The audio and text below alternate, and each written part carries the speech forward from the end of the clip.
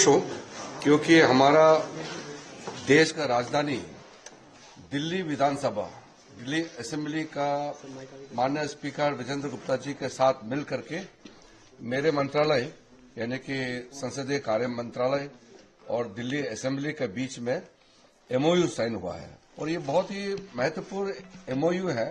लोकतंत्र में पार्लियामेंट और पार्लियामेंट्री बिजनेस जो हमारा स्टेट में असेंबली चलते हैं बहुत ही महत्वपूर्ण होता है और संविधान के तहत हम अपना काम करते हैं, लेकिन साथ साथ टेक्नोलॉजी आने से काम करने का तरीका और बहुत ही फास्ट तरीके से कागज और प्रोसेस जितना भी है और पूरा देश भर में जितने असेंबली हैं एक तरीके से चले और हमारे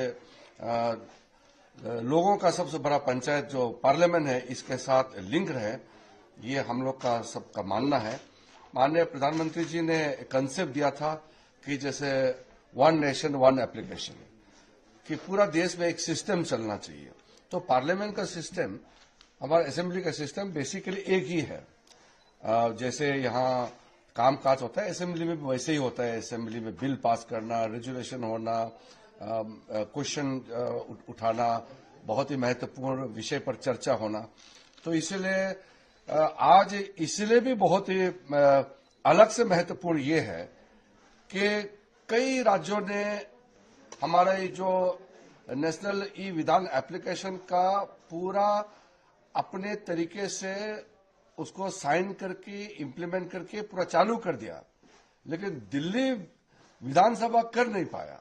ये अफसोस का बात है क्योंकि देश का राजधानी दिल्ली सबसे पहले करना है, ये अपेक्षा रहता है। तो दिल्ली में असेंबली का कहीं न कहीं कमी रहा है। तो मैं नए जो अपने स्पीकर बने हैं विजेंद्र गुप्ता जी को विशेष करके मैं बधाई भी देता हूं क्योंकि नए स्पीकर बने हैं और साथ साथ उसका अभिनंदन भी करता हूं।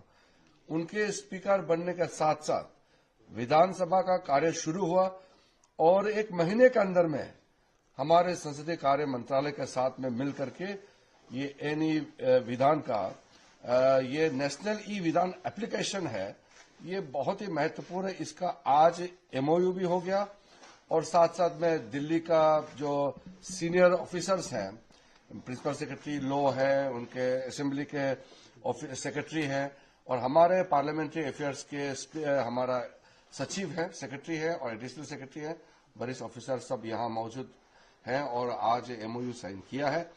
अब दिल्ली विधानसभा हमारे पार्लियामेंट्री अफेयर्स के साथ तालमेल करके ये विधान का एक एप्लीकेशन का जो हमारा कार्यक्रम है चलेगा और पूरा देश में जैसे चला है दिल्ली विधानसभा का गतिविधि भी तेज होगा। दूसरी बात यह है, दिल्ली विधानसभा का सत्र हम लोग भी देखते हैं क्योंकि बहुत महत्वपूर्ण है, राजधानी है, सबका नजर रखता है।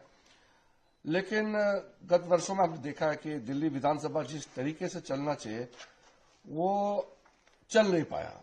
तो अभी विजेंद्र गुप्ता जी बहुत वरिष्ठ है, स्पीकर अभी बने हैं, मगर एज ए पॉलिटिशियन बहुत ही एक्सपीरियंस, कई सालों से नीचे कॉरपोरेशन से लेकर के असेंबली तक बहुत ही सीनियर वरिष्ठ नेता है और उनके स्पीकर बनने से, दिल्ली विधानसभा का अध्यक्ष बनने से कार्य तो तेजी से होगा ही।